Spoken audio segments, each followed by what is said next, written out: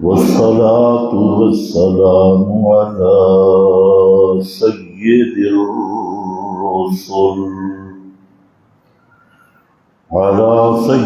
الرسل وخاتم الأنبياء.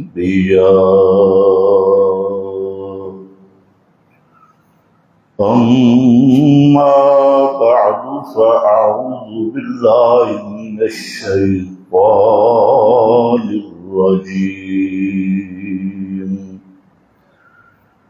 بسم الله الرحمن الرحيم.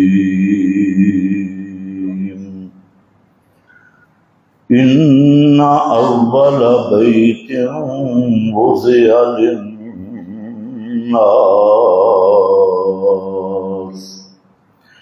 وضع للناس الذي ببكة مباركا وهدى للعالمين. سبحان ربك رب العزة عما يصفون وسلام على المرسلين والحمد لله رب العالمين.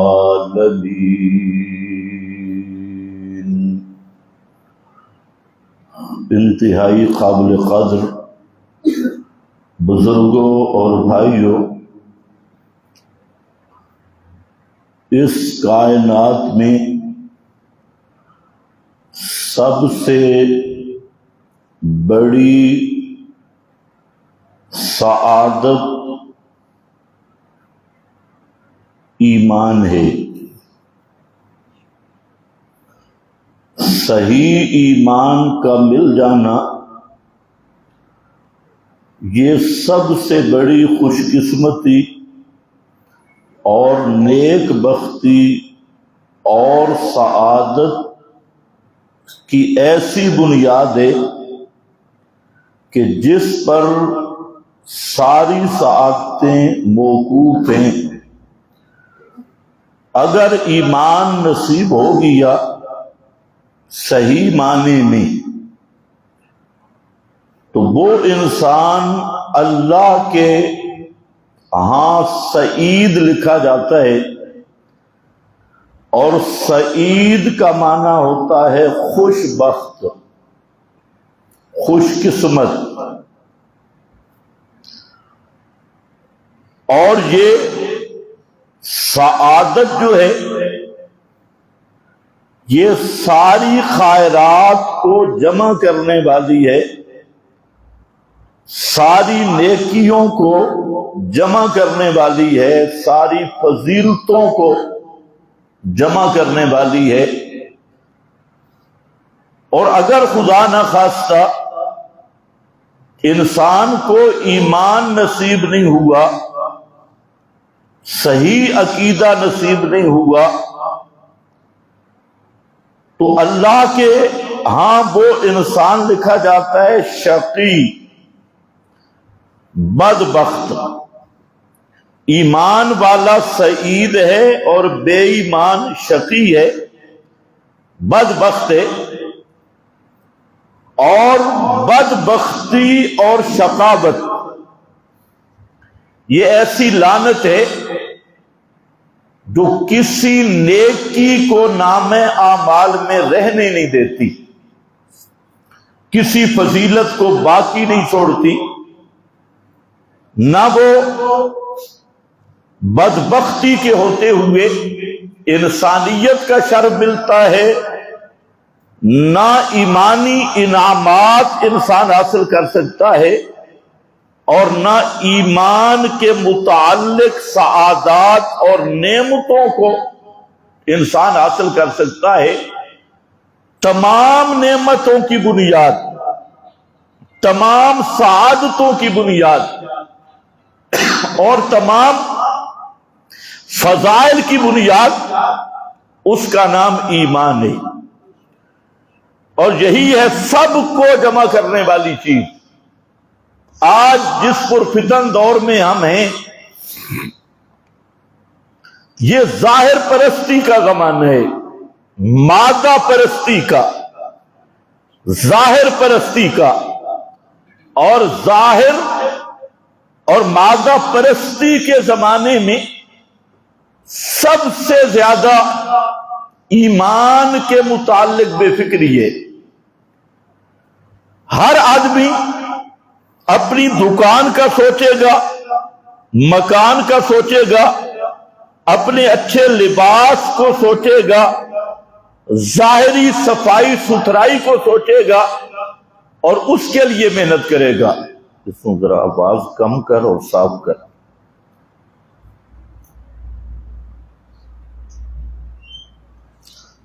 تو یہ ساری ظاہر پرستی، مادہ پرستی، اور اسی کی تعبیر ہے حب الدنیا، دنیا کی محبت۔ اور یہ ایک ایسا فتنہ ہے جو اس امت پہ اس طرح چھایا کہ دنیا میں اس کی مثال نہیں ملتی۔ اور نبی کریم صلی اللہ علیہ وسلم نے اسی چیز کا خطرہ بھی ظاہر کیا، اور آپ صلی اللہ علیہ وسلم نے اپنی امت پر سب سے زیادہ جس چیز کا خطرہ ظاہر کیا، امت کی بات کر رہا ہوں۔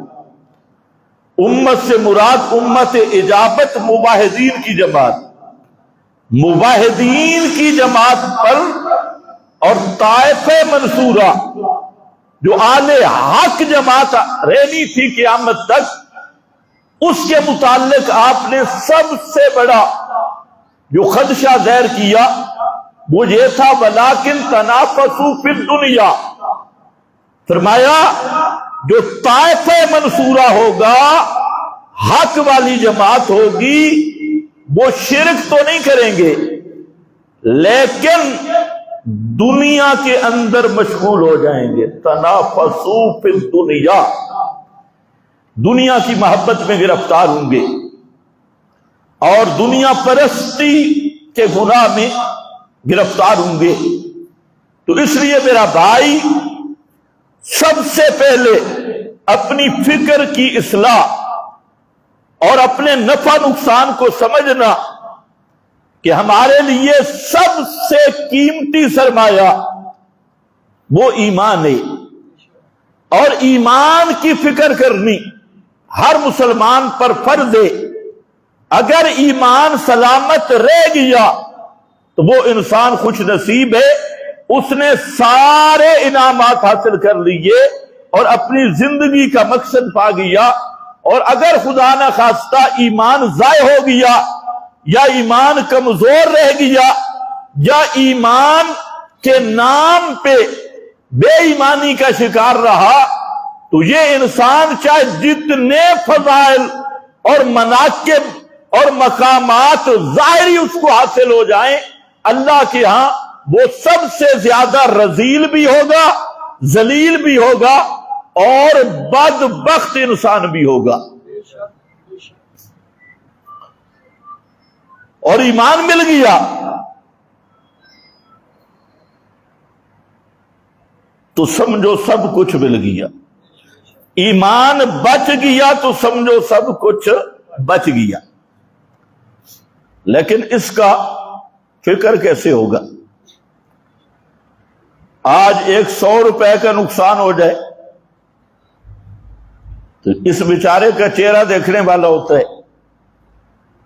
100 روپے کا فراڈ ہو جائے، 200 روپے کا فراڈ ہو جائے، 1000 روپے کا فراڈ ہو جائے، تو اس کی حالت زار ہے۔ تو یہ 1000 2000 کے فراڈ پہ پریشان ہے، لیکن کبھی یہ بھی سوچا ہے کہ اگر ایمان کے ساتھ فراڈ ہو گیا اور تو نے کیا یا کسی اور نے کیا؟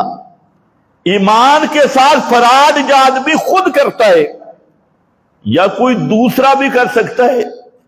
تو اس لیے میرا بھائی، اگر دنیا ضائع ہو گئی کوئی فکر نہیں، کیونکہ رزق کا ضامن تو نہیں ہے۔ آج کل ہم نے تھوڑی ذمہ داریاں بدل لی ہیں۔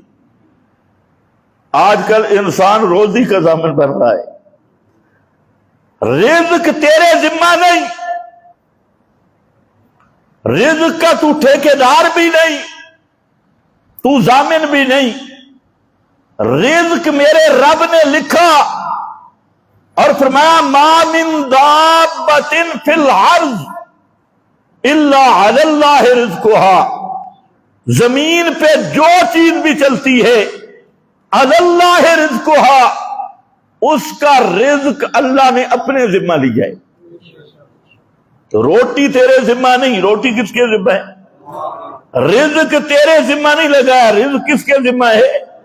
ما من دابہ ما یدب علی الارض، زمین پہ جو چیز چلتی ہے، چاہے وہ جانور ہے، چاہے وہ انسان ہے، حیوان ہے، چرند ہے، پرند ہے، یا دابہ کا مفہوم عام ہے، جو چیز بھی زمین پہ جاندار ملے گا، اور چاہے وہ سارے جانوروں سے رذیل جانور خنزیر ہے، اس کو بھی روٹی اللہ دیتا ہے۔ فرمایا پیدا میں نے کیا ہے تو رزق کا ضامن بھی میں ہوں۔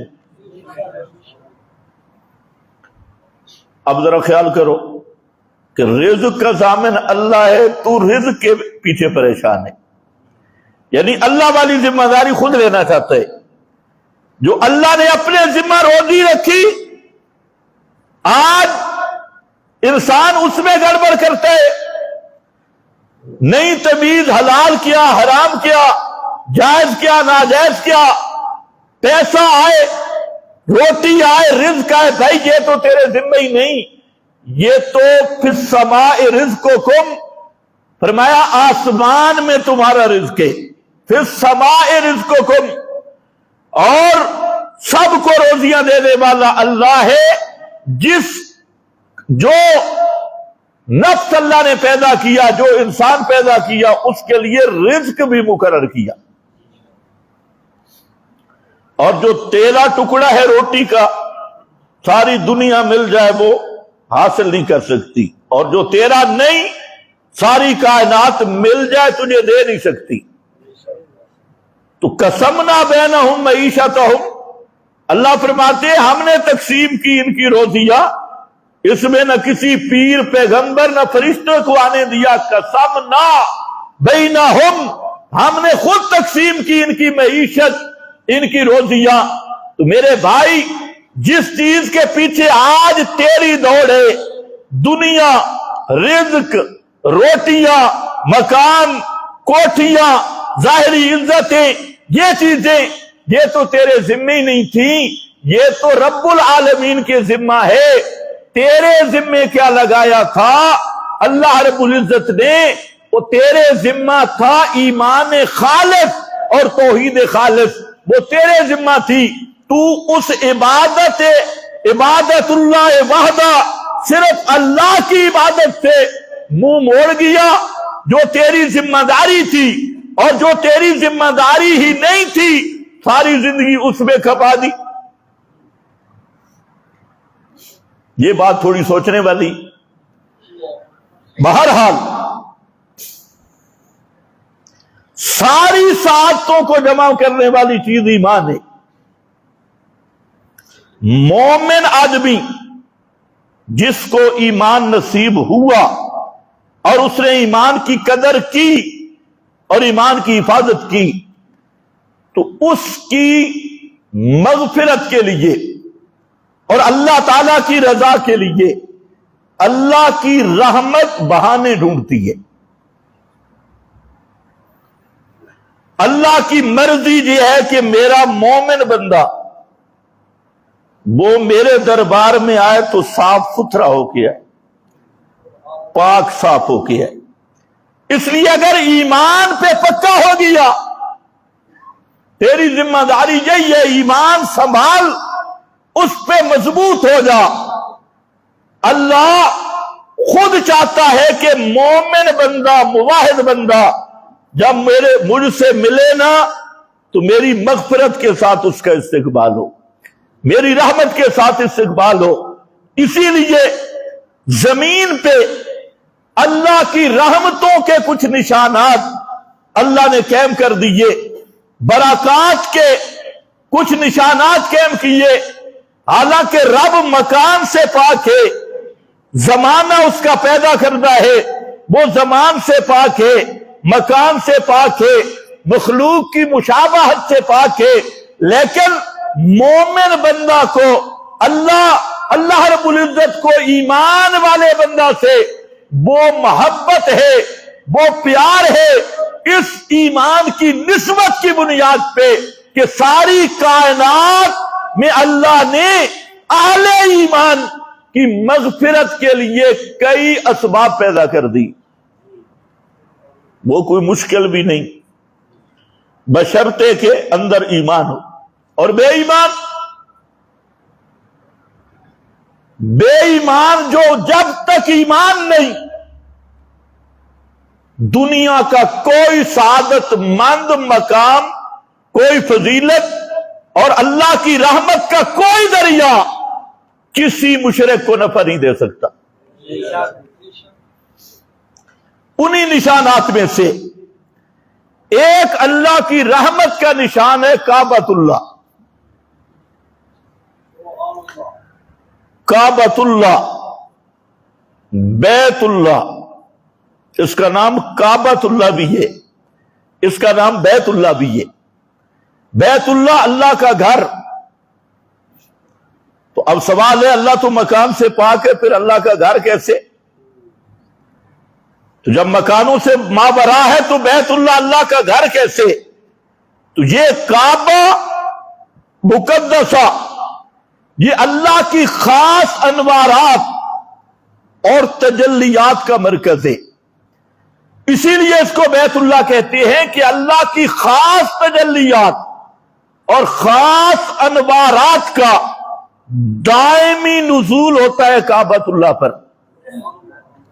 اس کائنات کو جب اللہ نے پیدا کیا تو کائنات کے ساتھ جو رحمت والا رب تھا اور تجلیات کی تجلی گاہ بنایا، وہ اللہ نے دو چیزوں کو بنایا۔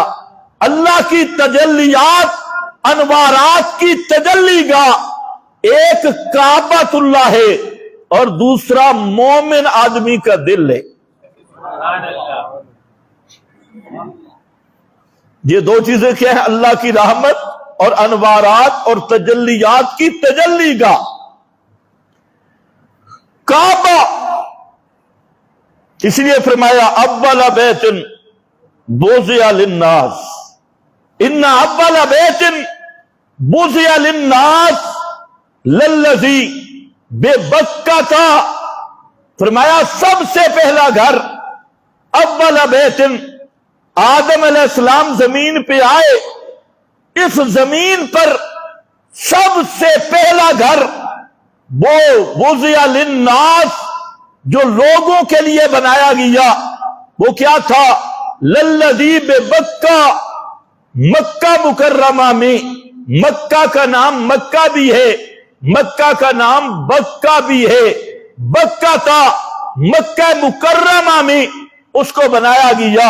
یا اللہ وہ کیا ہے؟ فرمایا مبارکن، مبارکن، یہ سب سے پہلا اللہ کی توحید کا مرکز بھی ہے، اور فرمایا مبارکن، یہ اللہ کی تجلیات کی تجلی گاہ بھی ہے، اللہ کی رحمتوں کا مرکز بھی ہے۔ مبارک کا معنی تجلیات الہی کی تجلی گاہ بھی ہے، رحمتوں کا محبت بھی ہے، برکتوں کے نزول کا مقام بھی ہے۔ مبارکن، جہاں اللہ کی خاص برکتیں رات دن اترتی ہیں، اور اللہ کی برکتوں کا وہ محبت ہے، اللہ کی رحمتوں کا وہ محبت ہے، اور اللہ کی نوازشات اور تجلیات و انوارات کا وہ مقام ہے۔ مبارکن، ایک ہی جملہ آیا، یہ وہ خاص برکت والا گھر ہے جس میں اللہ نے برکتیں رکھی ہیں، مبارکن، اور ساتھ فرمایا ہدی للعالمین۔ مبارکن، تجلی گاہ، تجلیات ربانیہ کی تجلی گاہ، اور ہے کیا؟ ہدی للعالمین، سب جہان والوں کے لیے ہدایت کا ذریعہ۔ ہدی للعالمین، ساری کائنات کے لیے ہدایت کا ذریعہ، ہدا ہدایت کا ذریعہ۔ اگر ان دو لفظوں میں سوچیں کہ اللہ رب العزت نے اس مکان کو، حالانکہ وہ بھی پتھروں کا بنا ہوا ہے، اور پھر وہاں بنایا جہاں ظاہری حسن نہیں ہے، کعبۃ اللہ وہاں ہے جہاں ظاہری حسن نہیں، آپ کے پہاڑوں پہ سبزہ ہے، کعبہ کے ارد گرد جو پہاڑ ہیں ان پہ سبزے کا نام و نشان نہیں۔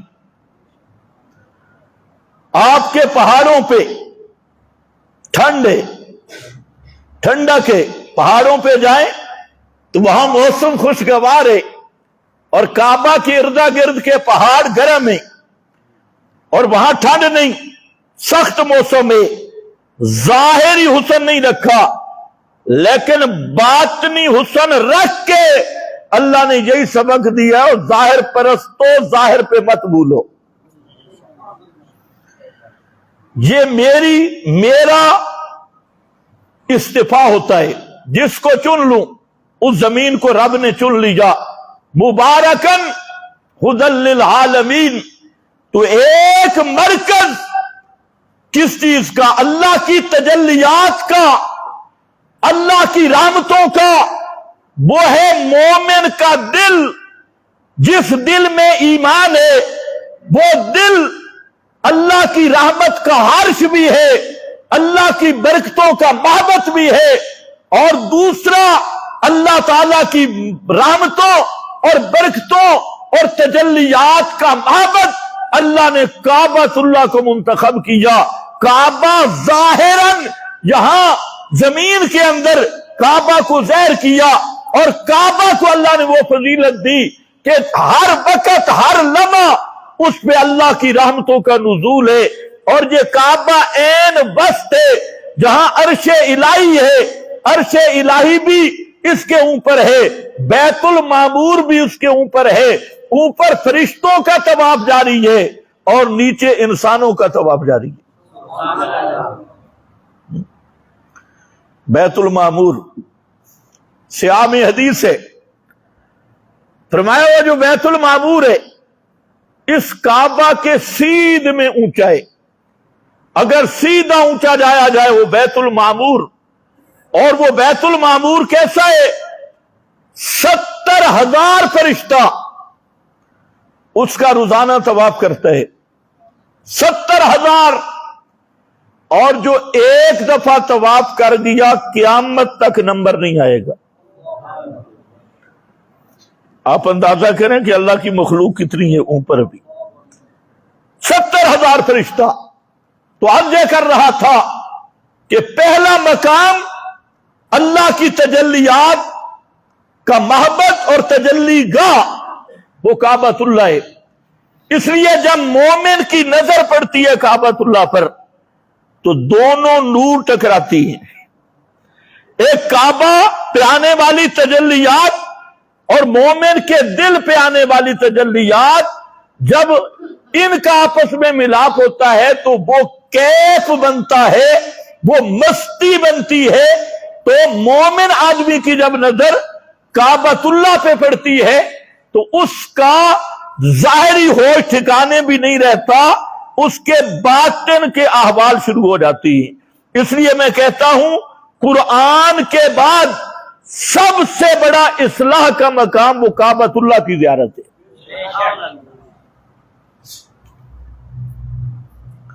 صحیح ایمان والا آدمی ہو، جب کعبہ پہ نظر پڑتی ہے تو اس وقت ہوش بھی نہیں رہتا، اور وجہ یہی ہوتی ہے کہ ایک تجلی ادھر ہے ایک ادھر ہے، دونوں جب آمنے سامنے آتی ہیں تو ادھر کام ڈھیلا پڑ جاتا ہے، تو پھر یہ اس دل کا عکس اس دل کا عکس جمع ہو جاتا ہے۔ تو بہرحال ایک نشان یہ ہے۔ پھر دوسرا یہ کہ کعبہ اللہ کی پوری زمین سے افضل ہے۔ خود پیارے پیغمبر نے فرمایا جب آپ ہجرت کر رہے تھے آپ کے آنکھوں مبارک میں آنسو تھے، اور ہجرت کرتے ہوئے جب ایک کنارے پہ تشریف لے گئے تو کعبۃ اللہ کی طرف پیارے پیغمبر نے نظریں اٹھائیں، حسرت بھری نظریں، اور وہاں ایک جملہ کہا، اِنَّا کے خیر ارض اللہ، اے کعبہ مقدس تو اللہ کی پوری زمین سے افضل ہے، خیر ارض اللہ، پوری زمین سے تیرا مقام افضل ہے، لیکن مجھے تیرے پڑوسی رہنے نہیں دیتے، اگر یہ مجھے رہنے دیتے تو میں تجھے چھوڑ کے کبھی نہ جاتا۔ یہ پیارے پیغمبر صلی اللہ علیہ وسلم کا وہ حسرت بھرا جملہ تھا جب کعبہ کو چھوڑ رہے تھے۔ اور آج بھی اس کا اثر یہ ہے کہ مومن آدمی جب کعبہ سے جدا ہوتا ہے اس کی بھی کیفیت وہی بنتی ہے جو پیغمبر کے اس حسرت بھرے لفظوں سے ظاہر ہوتی ہے۔ کعبہ پر پہلی نظر بھی ڈالنا یہ بھی ایک انقلاب ہے، اور کعبہ سے جدا ہونا یہ بھی ایک انقلاب ہے۔ دونوں انقلاب ہیں اور دونوں ایک لحاظ سے مشکل مرحلے بھی ہے۔ تو اِنَّا کے خیر ارض اللہ، فرمایا تو اللہ کی زمین سے سب سے بہتر ٹکڑا ہے۔ یہ پیارے پیغمبر کا فرمان ہے، مولوی کی بات نہیں کر رہا۔ مولوی نے تو بہت ساری اور جگہیں بھی عرش سے بہتر بنا رکھی ہے۔ کوئی بے ایمان یہ بھی کہتے ہیں جو مٹی آپ کے ساتھ لگی اس کی شان عرش سے افضل ہے۔ دور بے ایمانہ، دلیل کیا ہے؟ حدثنا بابا ابلیس۔ فضائل اپنی طرف سے نہیں بنائے جاتے، فضائل وہ خالق بتلاتا ہے، وہ اللہ کو پتا ہے کس چیز کو افضل بنایا، تو اللہ نے کعبہ کو سب سے افضل بنایا۔ تیسرا، زمین پہ واحد کعبۃ اللہ وہ مقام ہے کہ کعبہ کی طرف دیکھنا بھی عبادت ہے، دیکھنا بھی عبادت ہے۔ حضرت حسن بصری رحمت اللہ علیہ تابعی ہیں، فرماتے ہیں کہ جو آدمی ایمان اور تصدیق کے ہوتے ہوئے، ایمان بھی ہے تصدیق بھی ہے، اور صرف کعبۃ اللہ کو دیکھتا ہے، اللہ اس کے سارے گناہ معاف کر دیتی ہے۔ ایمان ہو اور تصدیق ہو، ایمان و احتسابا، ایمان و تصدیق و احتساب کے ساتھ کعبہ پہ نظر کرنے سے، وہاں کرنا کچھ بھی نہیں، وہاں بیٹھ جانے سے، اور کعبہ کو دیکھنا کہ یہ اللہ کی تجلیات کا مرکز ہے، دیکھنے سے بھی سارے گناہ معاف ہو جاتی ہیں۔ اور فرمایا 120 رحمتیں روزانہ ان کا نزول ہوتا ہے کعبہ پر، اللہ کی 120 رحمتوں کا خصوصی رحمتیں روزانہ نزول ہوتا ہے کعبہ پر۔ تو میں اب دیکھ کر رہا تھا کہ اگر ایمان ہے تو پھر بخشش کے بڑے پروگرام ہیں، اور بخشش آسان ہے اور ہر سعادت آسان ہے۔ کعبہ کی عظمت بھی ملے گی تو ایمان کے ذریعے۔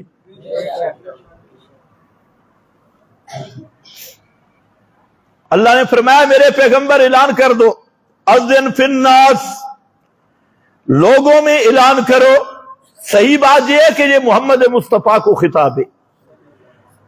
فرمایا لوگوں کو حج کا اعلان کر دو، آ رہے ہیں، اللہ سارے چلے آئیں، جتنے سارے آ جائیں، قبر پرست بھی آ جائے، گھوڑا پرست بھی آ جائے، حج جو ہے جی سارے آ جائیں، تیرا گھر ہے ہدی للعالمین، یہ کعبہ جو ہدی للعالمین ہے، سارے چلے آئیں۔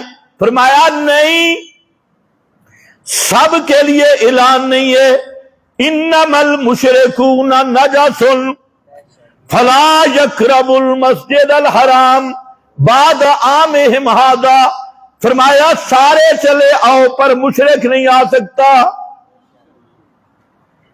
سوچنے والی بات ہے، ادھر ہدی للعالمین، ادھر مبارک، ادھر تجلیات گاہ، اول بیت وضع للناس، اے مقام، فرمایا اور میرے کعبہ میں مواحد ہو تم آنا، کوئی مشرک کعبہ میں نہیں آ سکتا۔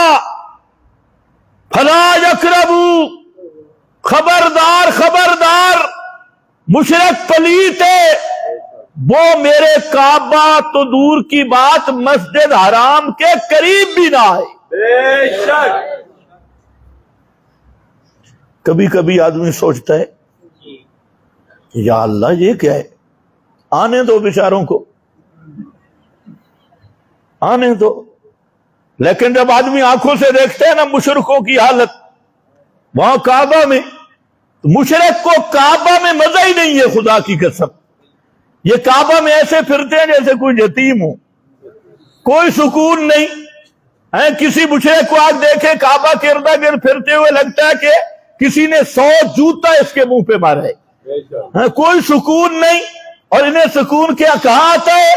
کوئی بار پتھر مل جائے، کوئی جھنڈی کنڈی مل جائے، کوئی پرانا مکان مل جائے، کوئی ترکی تعمیر کے پتھر مل جائے، وہاں مشرک جھکے ہیں اور دعائیں کرو۔ کعبہ میں ایسے پھرتے ہیں جیسے ان کے منہ پہ کسی نے لتر لگائے، بے ایمان پھنس گئے۔ یہاں سمجھ آتے ہیں اللہ نے کیوں منع کیا۔ فرمایا ہو مشرکو، تمہیں کعبہ میں آنے کی اجازت نہیں، کیونکہ کعبے کا تعلق ہے ایمان کے ساتھ۔ کعبہ بھی تجلی گاہ الہیہ، اور مومن کا دل بھی اللہ کی تجلی کا محبت ہے، اور وہ اللہ کی توحید والی نسبت ہے۔ اس لیے اللہ نے مشرکوں پہ پابندی لگا دی۔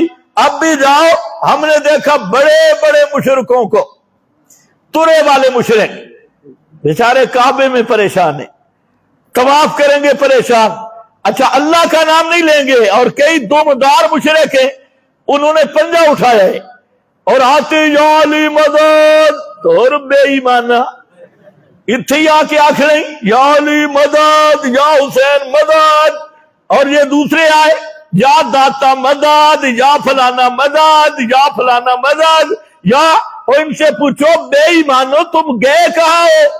کعبۃ اللہ میں، کعبۃ اللہ میں بھی مشرک اللہ کو نہیں پکارتا، کعبۃ اللہ میں بھی پکارتا ہے تو 11ویں والا بابا، 12ویں والا بابا۔ اور اس کے ذہن میں کئی مشرک پوچھتے ہیں کہ یہ کس بابے کا دربار ہے؟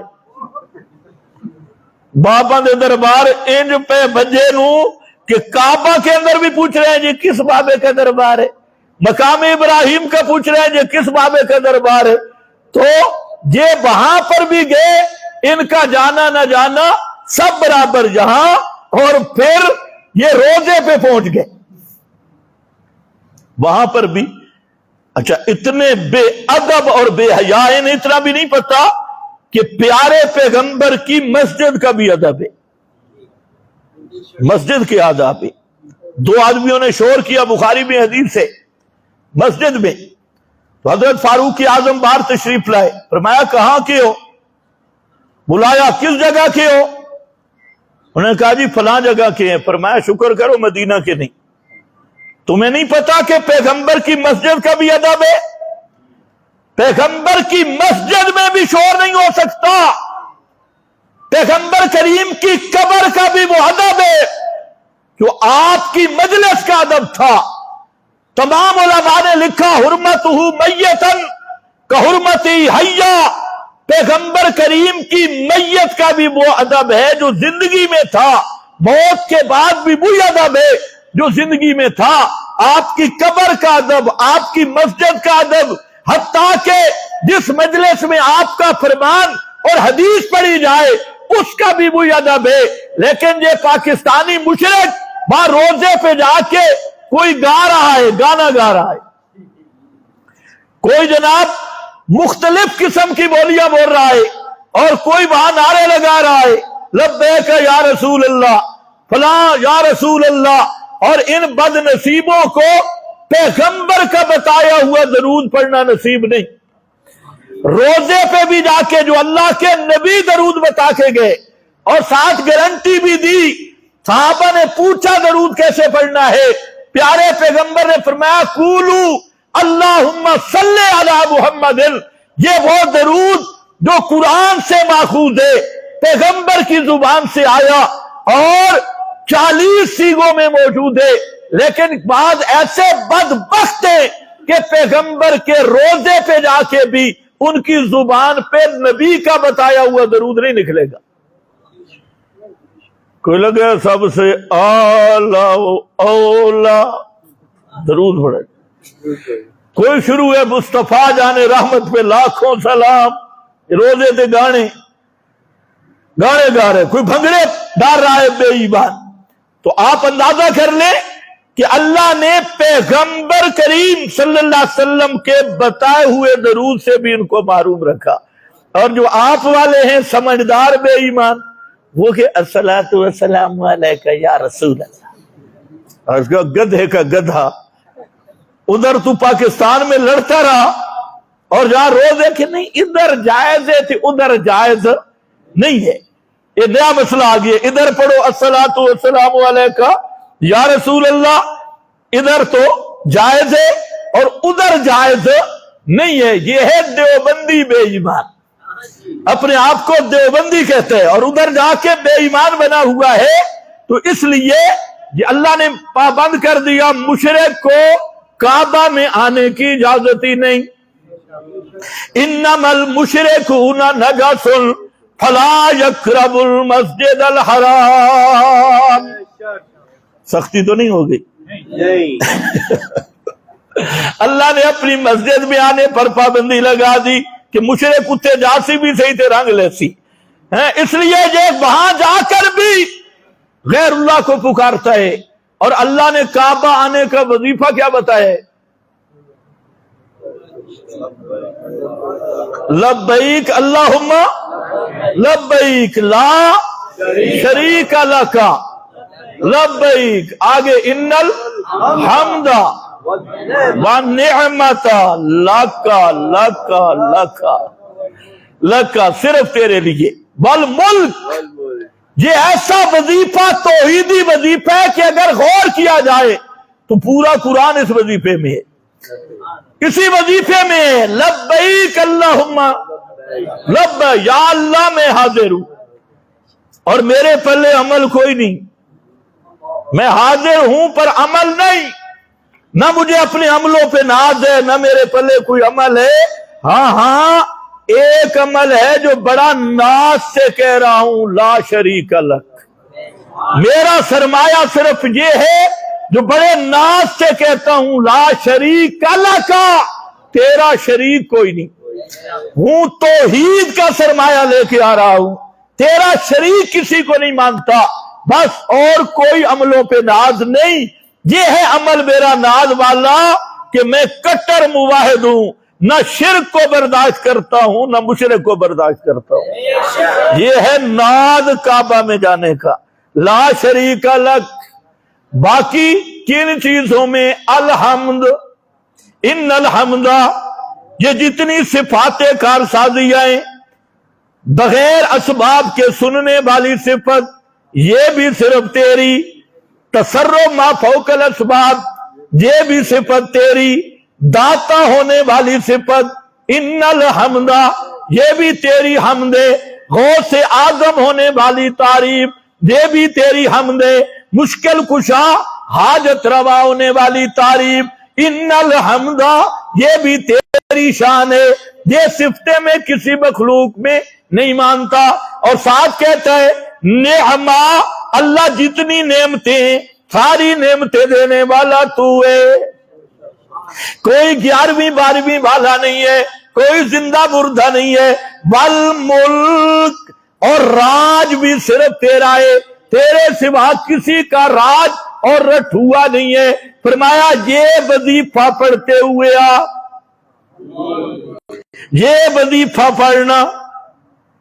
لیکن یہ بے ایمان یہ سارے وظیفے چھوڑ کے تجا علی مدد, تجا حسین مدد, تجا فلانا مدد. کعبہ کے طواف کے دوران مشرکوں نے یہ ڈرامہ لگایا. اس لیے میرے رب نے منع کیا, مشرکو تمہیں میرے گھر آنے کی اجازت بھی نہیں, تم بارو بار لاہور رہو, ادھر آنے کی اجازت نہیں. سبحان اللہ. میں عرض یہ کر رہا تھا کہ ساری سعادتیں ملتی ہیں ایمان پر. کعبہ والی سعادت بھی کس کے لیے؟ صرف اہل ایمان کے لیے۔ پھر کعبہ کے اندر ایک مواحد کے قدموں کے نشان ہیں، ایک مواحد کے قدموں کے نشان ہیں، اور وہ مواحد کون ہے؟ حضرت ابراہیم خلیل اللہ۔ اس کا مقام ابراہیم، مقام ابراہیم، ان کے قدموں کے نشان میرے رب نے باقی رکھے اور بتایا اگر ان کے قدموں پہ چل کے آنا ہے تو کعبہ میں آؤ۔ پتہ نہیں تمہیں سمجھ بھی آئی ہے؟ اگر ان کے قدموں پہ چلنا ہے آؤ کعبہ میں، اور اگر کوئی الٹے قدم چلنا ہے، پچھڑودے قدم، الٹے قدم، تب بھی فلا یقربو، میرے کعبہ کے قریب نہ آنا۔ کعبہ میں آنا ہے تو عقیدہ ابراہیم کا لے کے آنا، اس لیے وہاں مقام ابراہیم ہے، اور حضرت ابراہیم کے قدموں کے نشان ہے جو ان کے قدموں پہ چل کے آئے گا اور یہ نعرہ لگائے گا مالا یسمعو بلا یبصرو بلا یغنی عنک شیئا، یہ نعرہ لگائے گا کہ اللہ کے سوا ما فوق الاسباب، سننے والا کوئی نہیں، دیکھنے والا کوئی نہیں، حاجتیں پوری کرنے والا کوئی نہیں۔ ان سب سے پہلا جو نشان امتیاز ہے وہ ہے سما کی نفی، عدم سما کا مسئلہ، ما لا یسمعو ولا یبصرو۔ ابراہیم کے قدموں کا نشان، اس کا پہلا قدم ہی یہ ہے کہ بغیر اسباب کے سننے والا صرف اللہ ہے۔ کہ مردوں کے سما کا خیال کعبہ پہنچ جائے۔ ایک ویسے وہاں سے نکلا، کلیب بدر سے ایک نکل آیا، اور مزے کی بات ہے کلیب بدر سے نکل کر بدر میں کھڑے ہو کے ابو جہل کے فضائل بیان کرنے شروع کر دیے۔ عتبہ شیبہ کے فضائل بھائی بابا سن رہا ہے اور بابے کو سنا رہا ہے، وہاں بے ایمان زمانے کا، وہاں کھڑے ہو کے شہداء کے فضائل نہیں، شہداء بدر کی تائید میں کوئی بات نہیں، ابو جہل عتبہ شیبہ پڑے ہیں، اور وہاں آپ کا پاکستانی ملا وہ کھڑے ہو کے ابو جہل کے فضائل بیان کر رہا ہے۔ جی مجھے سن دے نے بابے ہو رہی، تم کہتے ہو جی ان کو کہو کچھ نہیں، ہاں یہ شریف بے ایمان ہے، ہاں 1400 سال بعد ابھی بھی بابے ابو جہل کی فضیلت ذہن سے نکلی نہیں۔ وہاں بدر میں کھڑے ہو کے بابے کے فضائل شروع ہوئے، بابے ہوری سن دے پہنے تے بے دے پہنے، اور مردوں کی عادت سننے کا قائل، تجھے کعبہ سے کیا ملے گا؟ کعبہ آنا ہے تو ابراہیم کے نقش قدم پہ چلنا ہوگا، جنہوں نے کعبہ بناتے ہوئے بھی مسئلہ سما چھیڑا۔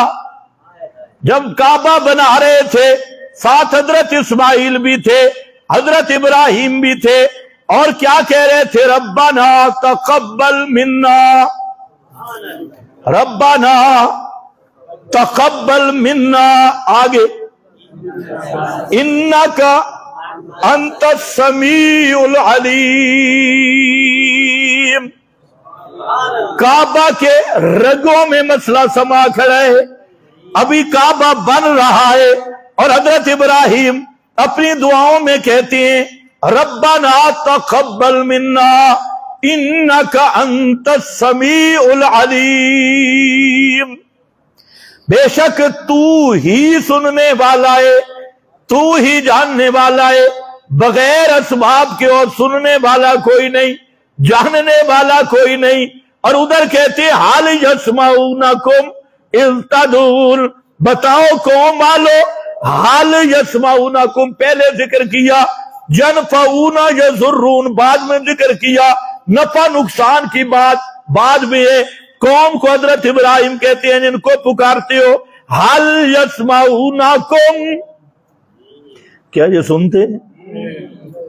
آج ہمیں کہتے ہیں مسئلہ سما چھیڑتے ہیں، مسئلہ سما تو حضرت ابراہیم نے سب سے زیادہ چھیڑا ہے۔ قوم کے سامنے بھی حال یسمعونکم، باپ کے سامنے بھی ما لا یسمعو، اور رب کے سامنے بھی انکا انت السمیع، انکا انت السمیع۔ اور یہ یاد رکھو، یہ بات ذرا ذہن میں رکھ لو، شرک کا پہلا گیٹ مردوں کے سننے والا مسئلہ ہے، یہ معمولی مسئلہ نہیں۔ اگر مردے سنتے تو پھر سفارشیں کرانی کون سی منع ہے؟ اگر مردے سنے تو پھر ان پہ مزار بنانا کون سا منع ہے؟ بیچارے خوش ہو جائیں گے، ان پر کمرے سنتے دیکھتے ہیں، کمرے بناؤ، مزارے بناؤ، تو پھر تو سارے شرک کے اڈے قائم کرو۔ اس لیے ان ظالموں کو شرم بھی نہیں آتی، ان سے تو وہ دوسری پارٹی اچھی ہے، وہ کہتے ہیں سنتے ہیں اس لیے ہم نے کچھ مانگنا بھی ہے، یہ کہتے ہیں سنتے ہیں پر مانگنا کچھ نہیں، صرف سفارشیں کرانی ہے، مانگنا کچھ نہیں ہے، تو پھر تم شرک میں کیوں پڑتے ہو؟ پھر مانگو نا۔ تو امام کعبہ آئے، اب بھی یہ خوشی کی بات ہے، اللہ کے فضل سے کعبہ اور مسجد نبوی کے ائمہ کا وہ عقیدہ ہے جو شاہ توحید کا عقیدہ ہے۔ یہاں یہ ٹاٹا کرتے ہیں نا، شاتیوں کے پیچھے نماز نہیں ہوتی، اور آپ کے مولوی کہتے ہیں کیوں جی؟ تو میں کہتا ہوں یہ تو مشرک، یہ پیغمبر کے پیچھے بھی پڑھتے تب بھی ان کی نماز نہیں ہوتی تھی، مشرک کی نماز کہاں ہوتی ہے؟ یہ ٹھیک کہتے ہیں بنوریے شنوریے والے ان کے پیچھے نماز نہیں، میں نے کہا مشرکو تمہاری تو کسی مقام پہ بھی نہیں ہوتی، تم نبی کے پیچھے بھی ہوتے اس عقیدے کے ساتھ مشرک بن کے، تو مشرک کی نماز تو کسی پیغمبر کے پیچھے بھی نہیں ہوتی۔ حرم کے علماء کا بھی یہی عقیدہ ہے، بلکہ ہم سے تھوڑا سا آگے ہیں۔ کچھ ملاقاتیں جو ہماری ہوئی کچھ میڈیا پہ بھی آ چکی ہے، حرمین کے علماء کا بالکل یہی نظریہ ہے، اور وہ صاف کہتی ہیں یہ جو سفارشی استجپاسما آدی والے، وہ کہتے ہیں یہ بالکل شرک کے اکبر کے مرتکب ہے، شرک اکبر، شرک اکبر۔ ان کا جو بڑا مفتی ہے رئیس الافتاء الصالح الفوزان حافظہ اللہ، ان کا بھی یہی بیان ہے، اور ان کے مسجد نبوی کے علماء، مکہ مکرمہ کے علماء، حنبلی علماء کی بات کر رہا ہوں، جو پاکستانی غیر مقلد وہاں چھپے ہوئے ان کی بات نہیں کر رہا، حنبلی علماء، کچھ یہ غیر مقلد بھی وہاں چھپے ہیں، اور غیر مقلد کہتے ہی اس کو ہے جس کا عقل ٹھکانے پہ نہ ہو، جس کو نہ قرآن کا پتہ ہے نہ سنت کا پتہ ہے۔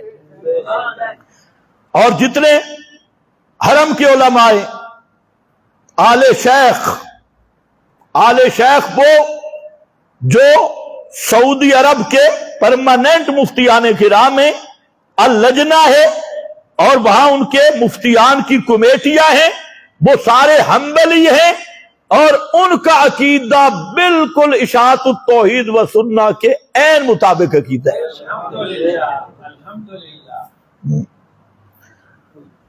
تو اس وقت بھی کعبہ کی بنیاد ہی جہاں سے شروع ہوئی، تو میں عرض کر رہا تھا کہ کعبہ کے فضائل بھی اس کو نفع دیں گے جس کا ایمان ہوا، اگر ایمان نہیں، مشرک ہے، اس کو کعبہ جانے کا بھی کوئی فائدہ نہیں ہے۔ تو اس لیے میں یہ گزارش کروں گا، آپ جتنے مواحد ساتھی ہیں جن کے پاس رزق حلال ہے، حرام کے پیسوں سے جانے کی ضرورت نہیں، حلال رزق حلال کے ساتھ ہر مواحد کو کعبۃ اللہ کی زیارت کرنی چاہیے، اس سے ایمان تازہ ہو جائے گا۔ لیکن یہ یاد رکھنا، وہاں جاؤ تو پہلے مسائل خدا کے لیے سیکھ کے جاؤ۔ 99% لوگوں کو مسائل کا پتہ نہیں، اور ایسے لکیر کے فقیر ہیں، اور وہاں انہوں نے سیرگاہ بنا رکھی ہے، تو صرف کعبے جانا مقصد نہیں، کعبۃ اللہ کے آداب بھی ملحوظ ہوں، احکام بھی ملحوظ ہوں۔ تو اس لیے میں کہتا ہوں کہ توحیدیوں کا تو دربار ہی کعبہ ہے۔ مشرکوں نے تو کئی کعبے بنائے، پاکستان میں کعبوں کی بھرمار ہے، بڑے بڑے مزار یہ کعبے کی نظیریں بنائی، انہوں نے نام کعبے کا نہیں دیا، اور ہر سال عرس کے نام پہ حج ہوتا ہے، اور کئی تو وہ مقام بھی ہے جہاں آب زمزم بھی ہے. آب زمزم، خاک شفا، اور قبروں کو چومنا، قبروں کا طواف، قبروں پہ اچھاڑ، غیر اللہ کی پکار، اور یہ جتنے آستانے، یہ مزار، بڑے بڑے دربار، انہوں نے یہ مستقل کعبے بنائے ہیں جو کعبے کے آداب ہیں. پاکستانی مشرک وہ آداب قبروں کے مقرر کر چکے ہیں، لیکن اہل توحید کا ایک ہی دربار ہے، الہ بھی ایک ہے، دربار بھی ایک ہے، اور وہ ہے موحدوں کا دربار کعبۃ اللہ. اللہ سب توحیدیوں کو وہاں جانے کی توفیق دے. تو میں عرض کر رہا تھا کہ وہاں مقام ابراہیم ہے، پھر وہاں حجر اسود ہے، اور حجر اسود احادیث میں آیا ہے کہ یہ پتھر اللہ نے جنت سے بھیجا ہے، جنت سے بھیجا ہے. اور بعض احادیث میں یہ بھی ہے کہ قیامت کے دن اللہ تعالی حجر اسود کو آنکھیں بھی دیں گے، زبان بھی دیں گے، اور جس آدمی نے اس کا استعلام کیا ہو یا تقبیل، وہاں اگر موقع مل جائے تو بوسہ ہے، نہیں تو دور سے استعلام. جب طواف شروع کرتے ہو اللہ اکبر کہہ کر استعلام اشارہ ہے، تو فرمایا قیامت کے دن اللہ تعالیٰ اس کے حق میں حجر اسود کو گواہ بھی بنائیں گے اور شفیع بھی بنائیں گے. اور پھر خود کعبہ کی زمین بھی تو گواہی دے گی نا. یومئذ تحدث اخبارا، کعبہ میں جب آپ کے قدم لگیں گے تو کعبہ بھی تو گواہی دے گا نا، یا اللہ اس مباحث نے میرا طواف کیا تھا. یہ تو ہوگا بے ادراک اللہ، بخلق ادراک، بخلق اللہ الادراک کے تحت ہوگا، اور وہ ہوگا ضرور. تو اس لیے وہاں حجر اسود ہے تو یہ بھی ایک مقام ہے. پھر وہ جو مطاف ہے، یہ وہ مطاف ہے جس پہ ہزاروں نبی دوڑے. یہ کعبہ کا مطاف جہاں آپ طواف کرتے ہیں، ہزاروں انبیاء کے قدم جہاں لگے ہیں اور انہوں نے طواف کیا ہے، یہ اس لحاظ سے نشانی ہے. پھر وہاں صفا مروہ ہے جس کو قرآن نے شاعر اللہ کہا. اللہ کی توحید کی نشانیاں اور شاعر اللہ، صفا مروہ. اور وہاں بھی مواحد جہاں دوڑے، آج بھی مواحد دوڑ رہے ہیں. حضرت ہاجرہ دوڑی تھی، اور دوڑی کس حال میں تھی؟ جب حضرت ابراہیم کے پیچھے پوچھا کہ اللہ کا حکم ہے، امرک اللہ، یہ اللہ کا حکم ہے یا ہم سے کوئی ناراضگی ہے؟ تو حضرت ابراہیم چھوٹے دودھ پیتے بچے کو چھوڑ کر، اپنی بیوی کو اس جنگل بیابان میں چھوڑ کر، اللہ کا حکم ہوا کہ ان کی طرف دیکھنا بھی نہیں، دیکھنا بھی نہیں. چلو دیکھا بھی نہیں. وہاں ایک قریب مقام ہے، اس وقت جھاڑیاں تھی، ان جھاڑیوں کے قریب آ گئے حضرت ابراہیم. تو وہاں حضرت ہاجرہ پیچھے پوچھ رہی ہے کہ یہ اللہ کا حکم ہے جا ہم سے کوئی ناراضگی ہے، مسئلہ کیا ہے؟ تو حضرت ابراہیم کو وہاں تک تو بولنے کی اجازت بھی نہیں تھی، خاموش چلے آئے. جہاں وہاں آئے تو ایک لفظ کہنے کی اجازت مل گئی کہ اللہ کا حکم ہے. لیکن وہ مائی صاحبہ کتنی مواحدہ تھی، کتنی توحید تھی. جب اس نے سنا اللہ کا حکم ہے، حضرت ابراہیم نے فرمایا اللہ کا حکم ہے، تو فوراً ان کے زبان پہ جاری ہوا اذن، اگر اللہ کا حکم ہے تو اللہ ہمیں ضائع نہیں کرے گا، پھر تو چلا جا. پھر وہ مائی وہاں بیٹھی، کسی غیر کو نہیں پکارا. وہ دو پہاڑیوں پہ دوڑی، اور دونوں پہاڑیوں پہ پکارا کس کو ہے؟ صفا کی پہاڑی پہ گئی، رب کو پکارا. مروہ کی پہاڑی پہ گئی، رب کو پکارا. تو اللہ نے یہی رسم باقی رکھ دی. اے توحیدیوں، جہاں وہاں مباحد مجھے پکارتے رہے. آج ان کو تو پانی کی ضرورت تھی، ان کو تو کھانے کی ضرورت تھی، لیکن حضرت ہاجرہ کا وہ کام اللہ کو اتنا پسند آیا، وہ عمل توحید اتنا پسند آیا کہ قیامت تک کے معاہدوں کو فرمایا جہاں دوڑو بھی صحیح اور مجھ سے مانگو بھی صحیح، مجھ سے مانگو۔ اب بھی مسئلہ یہ ہے کہ صفا پہاڑی پہ چڑھو، کعبہ کی طرف دیکھو اور اللہ سے دعا کرو، مروہ پہ جاؤ اللہ سے دعا کرو، تو وہ جہاں توحیدی معلوم ہوتا ہے، جہاں اہل توحید جذبہ توحید کے ساتھ دوڑ بھی پڑے تو قیامت تک کے لیے اللہ اس جگہ کو بھی نشان بنا دیتا ہے۔ تو وہ صفا اور مروہ آج بھی نشانی ہے، اور وہاں احادیث میں موجود ہے، صفا پہ جاؤ دعا کرو، مروہ پہ جاؤ دعا کرو۔ درمیان میں حاجی صاحبان دوڑ رہے ہیں اور اے ری سے اللہ علیہ دی، اے ری سے توحیدیاں دی۔ معلوم ہوتا ہے اصل جو فضائل ہیں اور اصل مقام ہے وہ ایمان اور توحید سے نصیب ہوتا ہے۔ اس لیے میرے بھائیوں، سب سے زیادہ محنت ہمیں کرنی چاہیے ایمان بنانے کی اور ایمان کو محفوظ کرنے کی، کیونکہ ساری سعادتوں کا بنیاد اور ساری سعادتوں کا منبع اور ساری خیرات کی جڑ وہ اللہ کے ساتھ خالص ایمان ہے۔ اگر ایمان نصیب ہو گیا اور ایمان کی قدر آ گئی اور اس ایمان کو محفوظ کر لیا، اس کو باقی رکھ لیا، تو اللہ کی بخشش کے کئی بہانے ہیں، پھر سارے فضائل اللہ کی رحمت کے اور برکتوں کے کئی نشانے۔ رمضان بھی اس کی رحمت کے نزول ہے، اور جمعے بھی اس کی رحمت کے نزول ہیں، نمازیں یہ بھی اس کی رحمت کے بہانے ہیں، کعبۃ اللہ یہ بھی اس کی رحمت کی نشانی ہے۔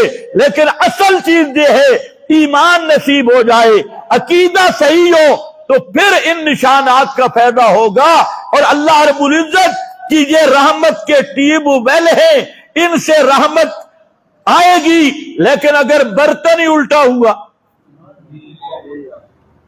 اس لیے کعبے جانا کمال نہیں، یاد رکھ لو، صفا مروہ پہ دوڑنا کمال نہیں ہے، کعبے جانا کمال نہیں ہے، ایمان کے ساتھ کعبے جانا کمال ہے، صرف کعبے جانا کمال نہیں۔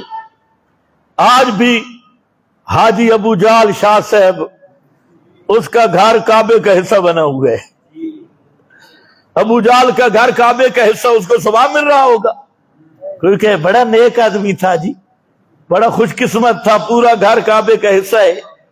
اور مولوی مسئلہ بیان کرتا ہے، من بنا للہ مسجدا بن اللہ لہ بیتا فی الجنہ، جو ایک چھوٹی سی مسجد بنائے اس کے لیے جنت میں گھر تیار ہے۔ میرا سوال ہے، ابو جال کے لیے کتنے گھر تیار ہیں؟ اس کا پورا گھر کعبے کا حصہ ہے، پورا گھر اس کا حرم کا حصہ ہے۔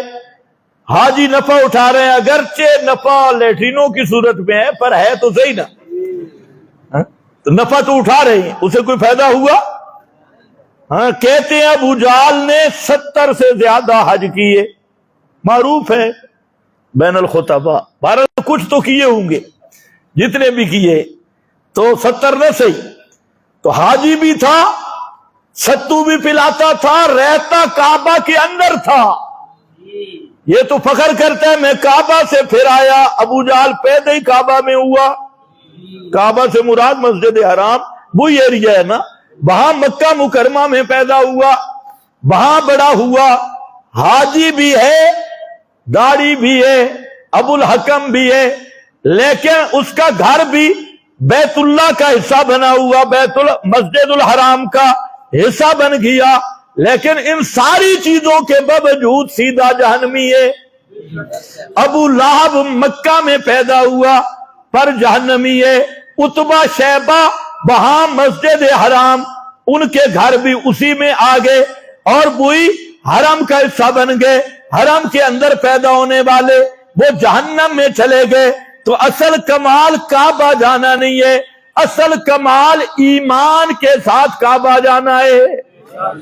ہاں، بہت سارے لوگ کامیابی سمجھتے ہیں ہم کعبہ میں پہنچ گئے، صفا مروہ میں پہنچ گئے، حرم میں پہنچ گئے۔ نہ میرا بھائی، ایمان ہو تو نفع ہوگا، اگر مشرک گیا تو حضرت شیخ سعدی نے عجیب مثال دی، فرمایا کہ حاجیاں نو بڑا فخر ہوندے ویسا کعبہ دیکھ کے آیا. شیخ سعدی آدھے میرا کھوتا بھی کئی دفعہ کعبہ دیکھ کے آئے, یہ بھی کعبہ کے اندر سے ہو کے آئے. تو اس لیے میرا بھائی بنیادی بات ہے, اس بات کو ذہن میں رکھ لے کہ اصل سعادتوں کا مرکز, منبع اور بنیاد وہ ایمان ہے.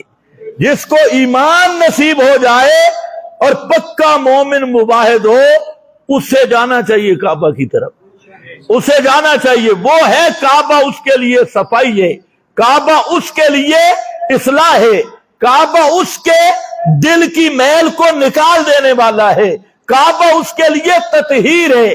لیکن جس کے دل میں شرک والا گند ہو, بدعت والی نجاست ہو, وہ کعبہ جائے یا کعبہ مرے یا کعبہ میں رہے, ساری زندگی گزارے, وہ کعبہ کے اندر بھی رہے, وہ اللہ کی لعنت کا مرکز رہے گا. اللہ کی رحمت مشرک کو نصیب نہیں ہوگی.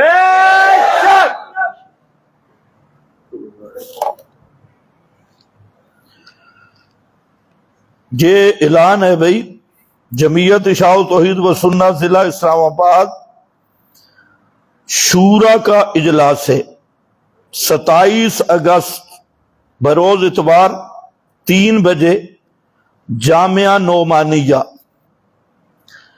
اور دوسرا اعلان یہ ہے کہ 31 اگست جمعرات والے دن بعد نماز مغرب جامعہ نعمانیہ ہی میں شیخ القرآن حضرت مولانا محمد طیب طاہری امیر مرکزیہ تشریف لا رہے ہیں. ان کا درس ہوگا جامعہ نعمانیہ میں. یہ آپ اعلان سنتے ہیں تو جو جماعتی کام ہے اس میں شریک بھی ہوا کرے. تو امیر محترم بھی تشریف لائیں گے, سارے ساتھی وہاں ضرور تشریف لے آئیں 31 اگست کو مغرب کے بعد. اور جو جماعتی شورا کا اجلاس ہوتا ہے, شورا میں آپ جتنے اراکین ہیں ضلع اسلام آباد کے سب تشریف لایا کریں, اور ٹائم پر یہ انشاءاللہ 3 بجے ہوگا. تو جامع نعمانیہ میں آپ کو 2 بجے پہنچ جانا چاہیے.